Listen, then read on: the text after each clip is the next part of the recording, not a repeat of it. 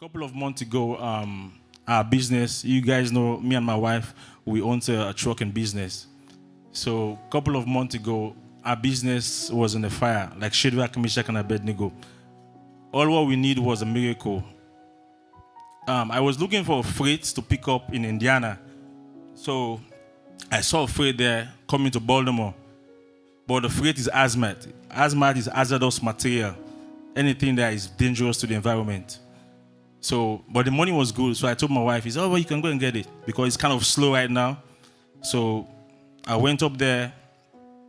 Hazmat, they are very, very highly regulated by the government. You have to get a endorsement from the government. You have to do fingerprint because they want to know who and who transport them. They don't joke with it at all. So I have the endorsement, I have the fingerprint, I passed everything.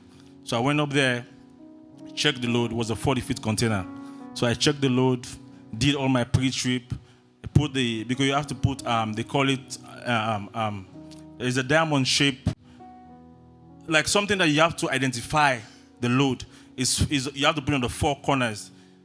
Like, for example, if you see a tank vehicle passing, they have, exactly. So when you see, you know there's a fuel in it. You have a red flame.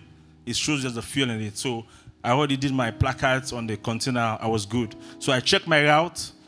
My route, I'm going to come from Indiana to Baltimore because not every street you can drive that. Not every city they allow you to go through with hazmat. So I checked. I was good. So I left. So on my way coming, I don't know if I missed an exit or something. I was on my phone with my wife. So I was driving down this city that I was not supposed to be on. But I didn't notice. I didn't take notice, but I was on the phone with my wife. So I just saw all these blue lights. They behind me flashing. So I said, what's going on? So I thought it was an accident or something. So I keep going. But I saw them flashing me. So I pulled over. And then one of them came to me and said, oh, sir, do you know that you're not supposed to be in this city with this hazmat? So I was like, no, I didn't know. He said there's a sign like 5-6 miles ahead that tells you hazmat is prohibited down this place. So I said, well, sir, I'm sorry. So he said, well, ignorance of the law is no excuse. I need your license, everything, all the shipment, what's in there. So I gave them. So straight of fear came into me. So they took all the shipment papers, they went into their vehicle. So I went online, I Googled hazmat in this city. And then that's when I noticed that it's something you can go to jail for 3 months for coming down with the hazmat in that city. Because what happened in the 1980s, there was a spill. There was a spill accident that cost people's life, property, so they banned it. So, fear came into me. I said, God, am I going to go to jail? Is this how our business going to end? So I start thinking. I start praying to God.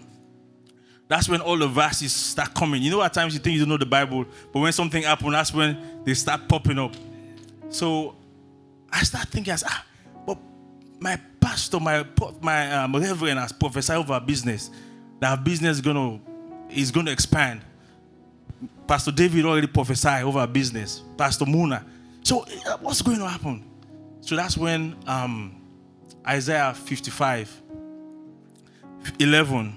He says his word will not return to him void, but will accomplish whatever it comes for. And then another verse that came into my mind was Jeremiah 29. He said, I know the plans I have for you, declares the Lord. Plans to prosper you and not to harm you. Plans to give you hope and a future.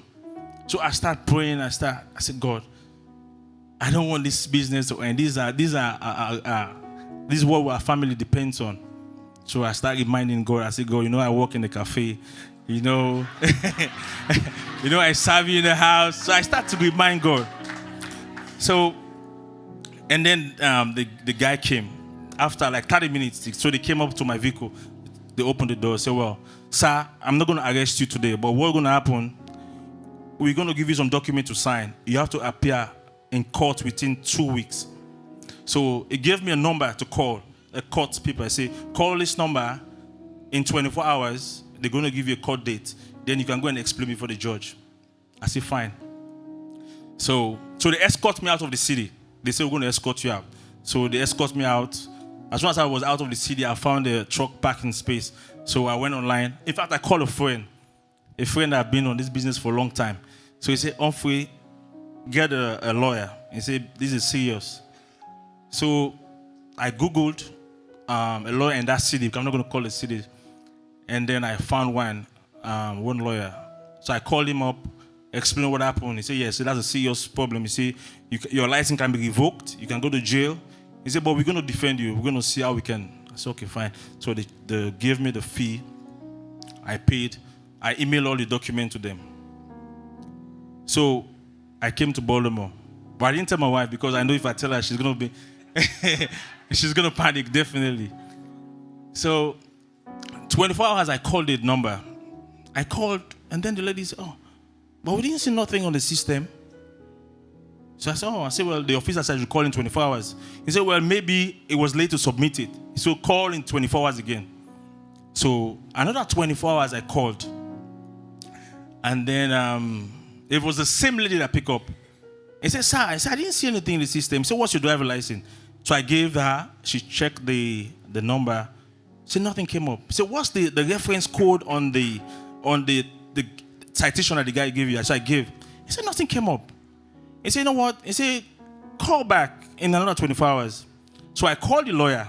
I said, sir, I've been calling it. He said, me too. I just called them to check. He said, it's not the system. I said, wow. So, okay, you know what? Let's keep calling. So another 24 hours, I called. The same lady pick up. If I even know my name. He said, hey, Mr. Coker. He said, hold on. He said, let me call my supervisor. So he called. The guy came on the line. So he asked me, when did this happen? So I told them. I said, what was the street name? So I gave everything. They checked. They said, they didn't see anything on the system. I said, wow. He said, maybe that was a mistake. I said, no, I have all the documents. I can email it to you if you want. So he said, let me email it. So I emailed them the thing. Give me the email. So I gave them. He said, yeah, I didn't find nothing. So he said, you know what? Call back. Call next week. So I spoke to the lawyer again. The lawyer said, let's give them next week.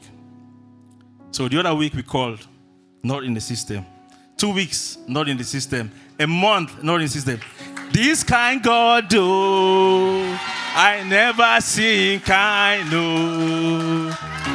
This kind God do, blessed be your holy name. This kind God do, I never seen kind no. This kind God do, blessed be your holy name. Who says God is not in the business of doing miracle? Nobody. God is still in the business of doing miracle. So I called the lawyer. He said, sir, you already paid, so what are we going to do? He said, it's not refundable. He said, but what? He said, we're going to keep it in the system. He said, in case you have any issue, call us. I said, you can keep it. So God is good. Yeah.